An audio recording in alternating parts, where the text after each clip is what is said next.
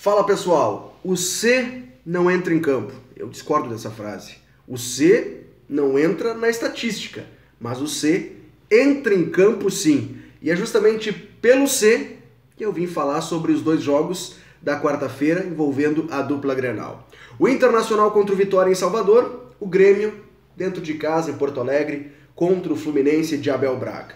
São modelos de jogo completamente diferentes, né? O Internacional, a gente já fala por aqui há um bom tempo, um pouco mais retraído, buscando os lados do campo, cruzamentos para a área. E o Grêmio propondo o jogo, subindo as suas linhas, com os volantes basicamente no campo do adversário e muita infiltração pelo meio, também chegada pelos lados do campo, mas enfim, mais repertório.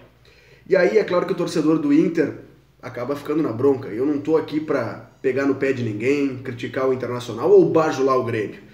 Eu estou aqui para olhar as atuações. Se eu quisesse olhar apenas o resultado, o placar, colocava a tabela do Campeonato Brasileiro aqui do lado e a gente dizia quem era melhor. Mas não é essa a proposta do nosso canal aqui no YouTube. É falar de que forma as equipes jogam, o padrão de jogo apresentado por elas e de que forma elas vêm se apresentando. O Internacional tem um padrão de jogo. Não dá para dizer que não há um padrão. Sim, ele existe. E depende muito, e essa é a minha crítica, depende muito do fator anímico para poder se desenvolver ao longo das rodadas. Vejam bem, o Internacional ontem não teve Leandro Damião, mas a postura tática foi exatamente a mesma, com Potker sendo centroavante, Rossi sendo aberto no lado direito, no lado esquerdo o Luca e o restante da equipe formatado da mesma forma, com o Wendel no lugar do Iago na lateral esquerda.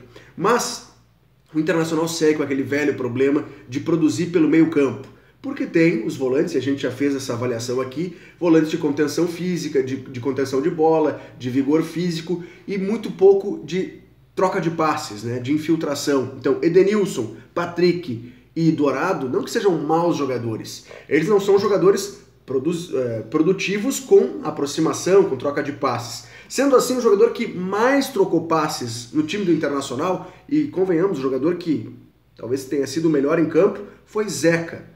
Toda vez que o Zeca subia suas linhas e o Dourado recuava para permitir essa mecânica de jogo, alguma coisa nascia do Internacional, com tabelamento com o Edenilson, com o Rossi ou o Luca, que chegou a cair aqui em determinado momento do jogo.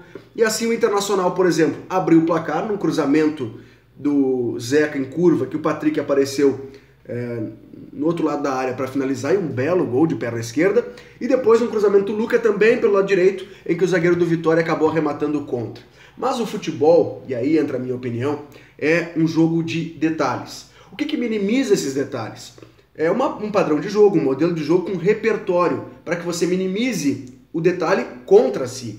No caso do Internacional, todos os jogos existe um detalhe. Para mim, por exemplo, Corinthians e Cruzeiro. Os dois jogos foram exatamente iguais. O Inter pressionando o adversário, cruzando bola na área aqui no estádio Beira-Rio.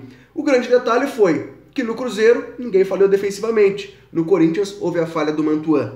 Ontem houve mais de uma falha. O pênalti perdido pelo Rossi, por exemplo, se o Internacional empata, olha o C entrando em campo, se o Internacional empata em 2-2, você, torcedor colorado, iria crucificar o atacante Rossi. Por que ele pegou a bola para bater? Se tivesse sido o Luca, o gol sairia? O C entra em campo sim.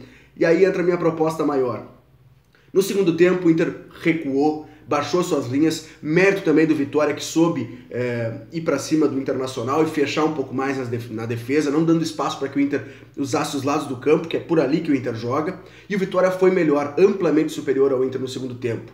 Chegou ao gol com mérito, fez o 2-2, poderia ter feito 3-2, e no último lance da partida, um contra-ataque puxado pelo Cuesta, uma bola improvável, Nico Lopes sai na cara do goleiro e faz o 3-2. Se esse gol não acontece, meu amigo, você ia estar pedindo a demissão do Odair Hellmann, que o Rossi tivesse sido dispensado, que o presidente do Inter sofresse um impeachment, mas você pode, você é torcedor. Eu não posso me guiar pelo resultado. E para mim a atuação do Inter segue sendo pobre.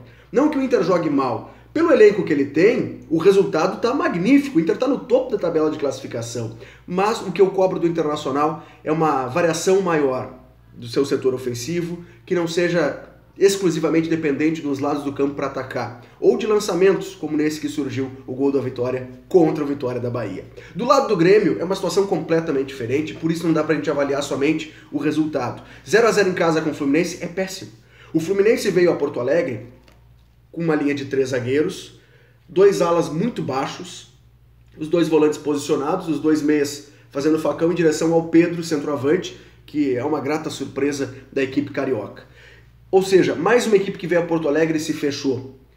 O mérito do Fluminense foi, dentro da sua estratégia de jogo, saiu, entre aspas, vitorioso. Um 0-0 com o Grêmio na Arena é, de certa forma, uma vitória. Por quê? Porque o Grêmio é superior a todas as outras equipes do Brasil. Mas, Felipe, ele não ganhou o jogo, é mais um 0-0. Pois é, a superioridade não aparece no placar. Mas dentro de campo, uma equipe que troca mais de 500 passes, tem mais de 70% de bola, quase 20 finalizações, ou seja, a posse de bola do Grêmio não é improdutiva. O Grêmio produz. E o C vai entrar em campo de novo, eu vou te comprovar. Se o Everton, que talvez seja o maior nome da temporada gremista, não chuta aquela bola na rede pelo lado de fora com o goleiro caído, você, torcedor do Grêmio, ia estar comemorando agora. Poxa, uma grande atuação do Grêmio contra o Fluminense e uma vitória suada de 1-0 que deu 3 pontos na tabela de classificação. Só que a bola não entrou. E aí parece que o Grêmio jogou mal. O time pode ser vaiado? Tudo bem, quer vaiar, vaia. Mais uma vez, você é o torcedor. Agora, o meu papel como analista desse jogo foi: o Grêmio merecia ter vencido o Fluminense. Fez por onde? O que cabe ao Grêmio agora é treinar cada vez mais outras maneiras de atacar essas equipes que vão se retrancar, como já se retrancaram Paraná, Ceará, Inter, enfim, todos os times que vêm a Porto Alegre, ou que enfrentam o Grêmio até mesmo dentro dos seus domínios, vão se fechar contra o Grêmio. O Grêmio tem que criar mais variações e tem um repertório extenso na frente, né, de infiltração para o Everton que faz o facão, o André sai da área, tem cruzamento para a área também, evidente que tem, mas não vive exclusivamente dependente disso. Cabe ao Grêmio, quem sabe, finalizar mais de longa distância, né? O Cícero é um bom finalizador, o Tassiano, que tem entrado no segundo tempo, também tem essa característica. O Grêmio precisa se descobrir novas alternativas de furar bloqueios, porque justamente por ser um time, e talvez o time que mais tenha repertório ofensivo, as outras equipes que enfrentam o Grêmio se fecham nas suas linhas e acabam superando não, mas brecando o Grêmio, que o Grêmio não consegue mais vencer no Campeonato Brasileiro. Então, não quero comparar Grêmio Internacional, o nosso canal aqui se propõe a analisar Grêmio e Inter, porque sou gaúcho, vivo em Porto Alegre e meu trabalho como jornalista esportivo é falar das coisas da dupla Grenal. Mas são momentos diferentes, modelos de jogo completamente diferentes. Ao Inter se permite que ele se retranque e jogue no contra-ataque, na especulação e no cruzamento. Ao Grêmio não. Se exige muito mais do Grêmio, a régua de exigência do Grêmio subiu lá em cima e o torcedor quer sempre, não só uma vitória simples, mas goleadas a cada rodada, o que é complicado de acontecer.